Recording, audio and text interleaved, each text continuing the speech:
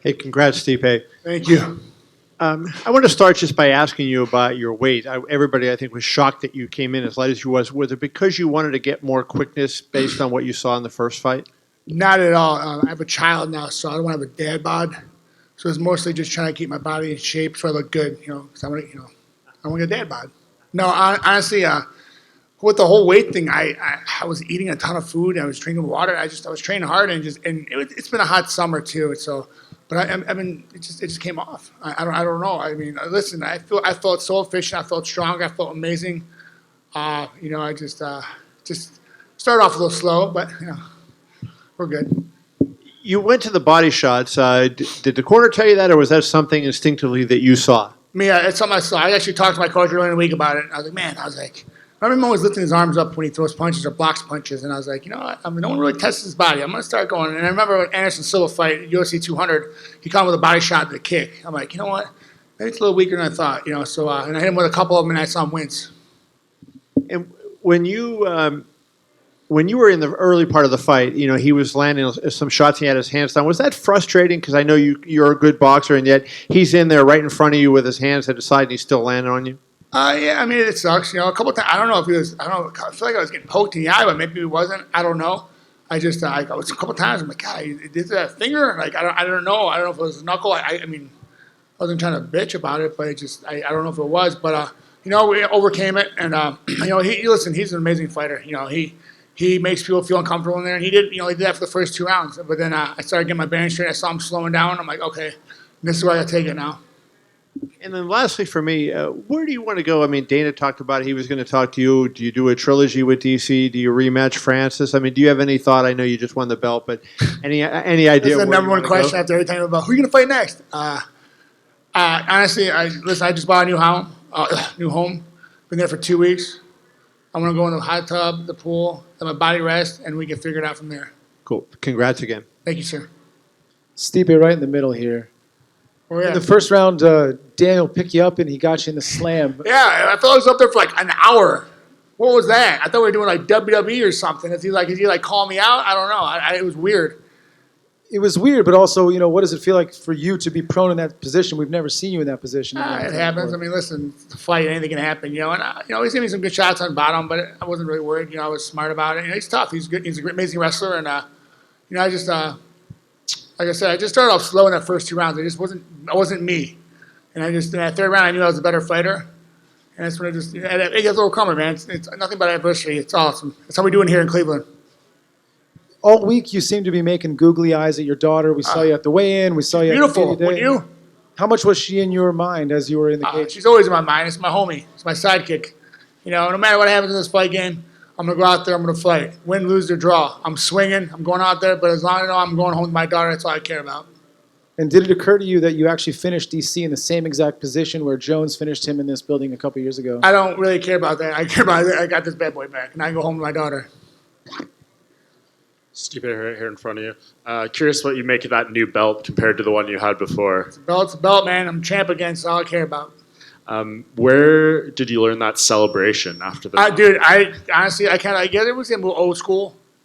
We watched it today, and I kind of franked and tanked it. I just had no idea what I was doing. I kind of just lost. I don't know why I did it. I feel really dumb that I did it. And then I did the suck it. I don't know why. I feel like I didn't know do something with my hands or my feet, and I don't know. I'm an idiot. I'm dumb. Is it just adrenaline that takes over? Yeah, I think adrenaline takes over. I'm just I'm that guy at a party that does dumb stuff. Why would you do that? But it's fun.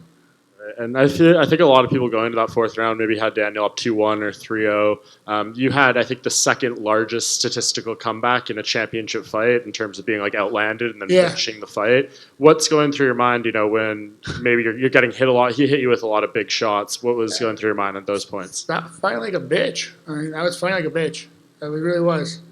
And, I didn't take nothing from DC, man. Dude's tough. He fought the best world. He beat the best in the world. And, just finally, it took me a little time to get my mojo. And I just couldn't feel it. I just couldn't feed it. And my one coach told me, man, when you walked in that fourth round, I knew it was going to be over. He's like, I just see it in your face, the way your swagger, your hips are moving. He's like, I knew it was going to be good. I know you said you don't want to think about what's next, but I know DC tried to kind of stick it to you a little bit about waiting out for the rematch and all that kind of stuff. If he does choose to continue fighting, is there any part of you that kind of wants to stick it back to him a little bit? Yeah, I mean, whatever, man. I'm down for whatever. But like right now, I just want to rest. I want to heal up. I'm going to be 37 on Monday. I feel like I'm 98 right now. And yeah, we'll figure it out. Stipe, after the win, What's that? Sorry. after the win, you had both Dana and John Jones say you're the greatest heavyweight of all time. That's cool. Does that mean something to you? And where do you think you stand in those rankings? I mean, it's awesome, especially John Jones saying that and Dana. It's real cool, man. It's cool to be noticed for your accomplishments. Listen, at the end of the day, I just want my daughter to be proud of me. You know, my dad did something in his life. My dad, he fought for a living to give me a better life. That's all I care about. So I guess in the end, is legacy? I mean, is legacy? Oh, it's all about legacy now. At first, I was like, yeah, fuck the legacy. Now I'm like, that's all about legacy. Have a good legacy. Build me a legacy where I'm a good dude. I'm a tough fighter. I've gone through adversity. I've done a lot. I mean, listen, never been an easy road. I don't mind it. I like it hard because it makes it that much sweeter. And then lastly, I said John mentioned you were the best heavyweight of all time. Is that a fight that interests you at some point? You guys are killing me with these fights. Jesus. Yeah, I mean, I always say I'll fight anyone, honestly. It was really cool to say. Appreciate it. Hope he's doing well. But yeah, I mean, I'm not fight anyone. No more who you fight next questions, though, okay? Please, I beg of you. I'm joking. You guys. Hey, Steve, down over here. So right. Who do you want to fight next? No, you're never coming to the fire station again. You're out. DC had 181 significant strikes. It was the most ever in a loss in UFC history. First time you guys fought, you lost in the first round. He hit you with one punch.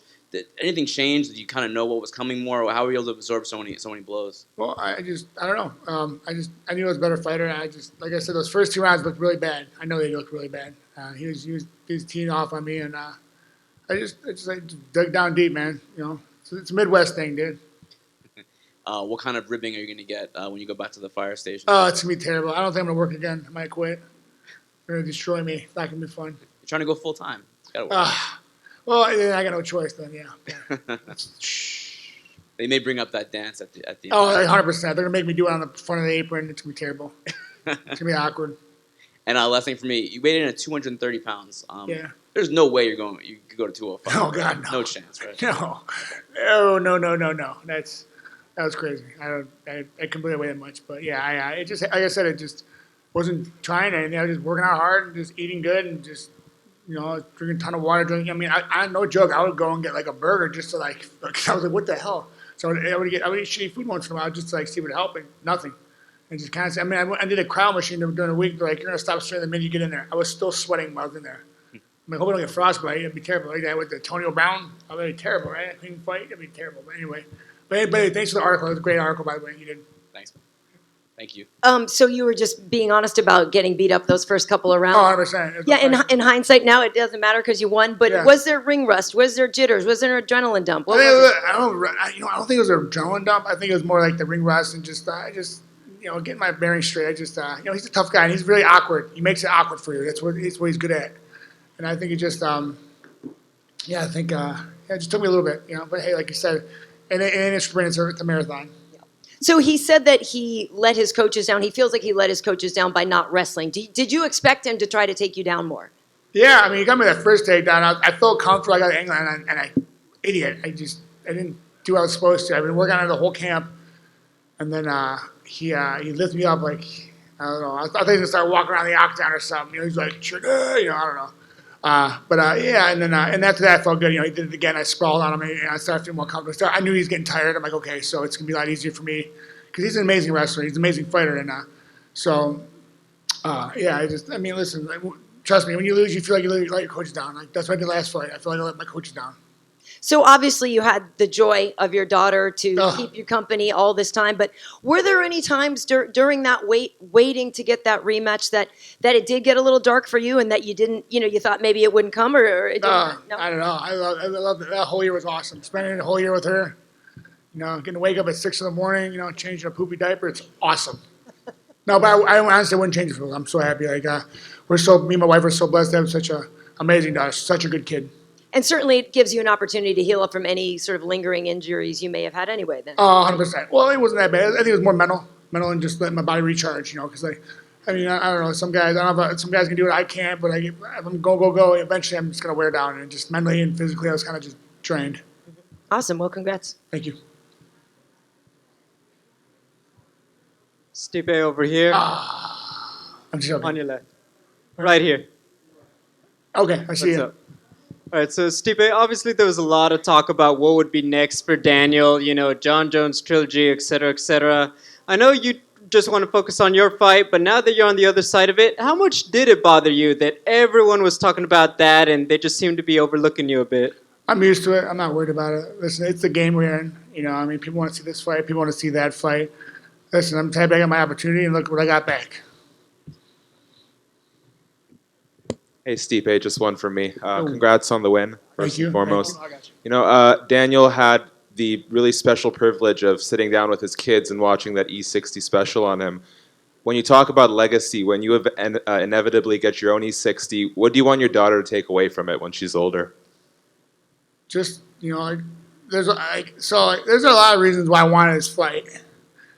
Honestly, I think about it more and more. There's a lot of reasons, not just about me, but it was a lot about me. But I just knew I was a better fighter. But then I wanted to show my daughter that times get tough. Some things that happen. You just gotta get back up and just dust yourself off. And then also, a bunch of guys at the stations, kids. When I lost, they cried. They all cried, and that really bothered me. You know what I mean? It just irked me, not in a bad way. I'm like, listen, and I wanted to show them that, listen, sometimes, just my daughter, sometimes it doesn't happen, but you just gotta, and just a lot of reasons why I wanted this fight. It's just more for me too, because I knew I was a better fighter, and for my daughter to show her that, things get tough, you get a little adversity, it's okay, you just gotta push through. But also with my bunch of guys at the fire station, kids were crying, and they went after I lost. I was like, it happens, it's life. And I was like, it's okay. I'm gonna show them that, listen, you're fine, get it back. Thank you. Hey, Steve, just quickly, I just wanted to elaborate. You said before that it wasn't about legacy originally, but now it is. You gave the example about how you wanted to set a good example for, some of the kids in the fire station and stuff. But as far as how you are seen by the MMA community as some of the all-time greats, when did that change for you? When did you decide? Because you've said a lot of times you didn't really care about respect and things like that. When did the legacy become important to you? I think when I had my daughter, I just show her that, listen, your dad's a tough dude, he went out there and, he got beat up a couple of times, and he beat a couple guys up, and just, he did well at it. He was good at what he did. And that's when I show her that no matter what you do in life, you work hard, you can build your legacy no matter what it is. Thanks, guys. This is so awkward. It's I feel like I'm getting hungry. I'll take a photo with one.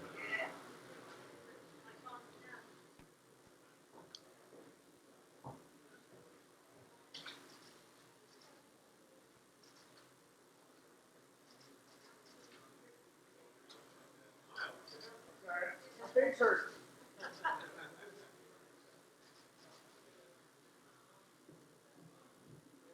guys. Thank you. You guys are good in here till 2 a.m.